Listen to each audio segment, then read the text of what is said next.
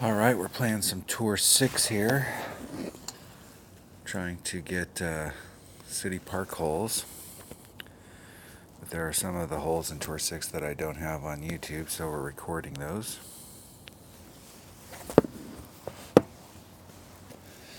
And when I filmed this, I was watching TV in the background and forgot it was my shot.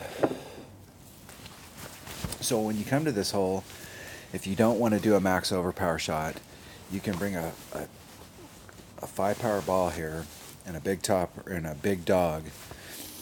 And with an extra mile, a 5-power ball and a big dog, you can do a non-overpowered shot landing about right here and getting out into this area. You want to be around 400 yards. And then you're going to use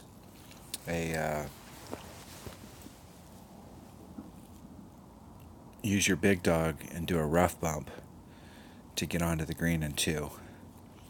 So what my opponent's doing, or what I'm doing here, is a max overpower shot, because I don't want to burn one of my power 5 balls, so I used a power 3 ball, and I got 432 yards on the drive, but I'm up high, so you can see where the shadows are down there by those trees. I'm way up high, so even though I've got long distance from the tee box, the distance to the pin, I've actually lengthened it just a titch. But I'm way up there. And I got way up there because I cheated, and I kept pushing the red line up the rough on this side of the tee box to try and get as much distance as I possibly could to get over. Now our opponent's approaching this with a white ball, and they got an absolutely tremendous drive here at 395 yards. The problem is that it's not that shot right there that's the problem. It's this next shot.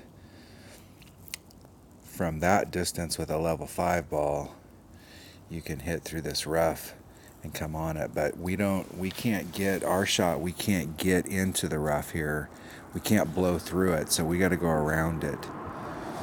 So I got a 3-2 wind, and my Guardian is about 3 rings. So I'm starting off right at the tip of that, and then going to let the wind push me out 3 rings, and that's my great shot. And you can see how close I was, even hitting perfect. There wasn't a downside on that shot. I mean, you got to go for it, and you want to stay as close as you can. And with a Guardian, I don't have enough topspin to get out there further and try and apply any curl that would effectively get me onto the green closer to the pin.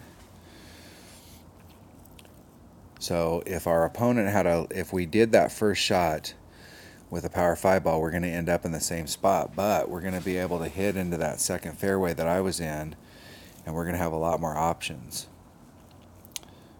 Whereas if you bring a lower power ball, the first shot, you're not really affected. Not as affected as bad as you would think. But that second shot, you just don't have a shot. You can't get on until, or close to being on until, you're going to have to do a chip-in shot in order to get eagle.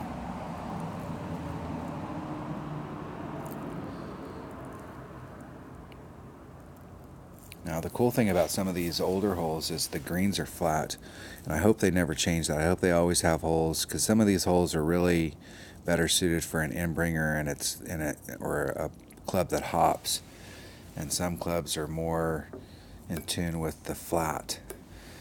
The Rapier can kind of do both.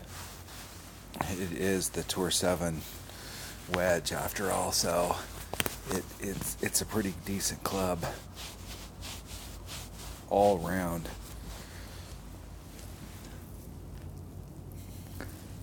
But our opponent's in a short iron range, and so they have a shot from there, and they're in their wedge range. I have to start off on the fringe, though. It's always better to start off on the green and stay on the green than it is to bounce from the fringe to the green.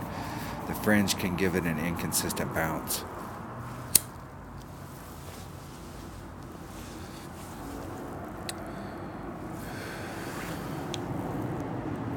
That's a big problem on that hole. is going a little too far and it dribbles off the back. Now you can't see, if you stayed on the green there, you can't see the pin. Alright, that was hole 9, par 5 of Southern Pines. Thanks for watching.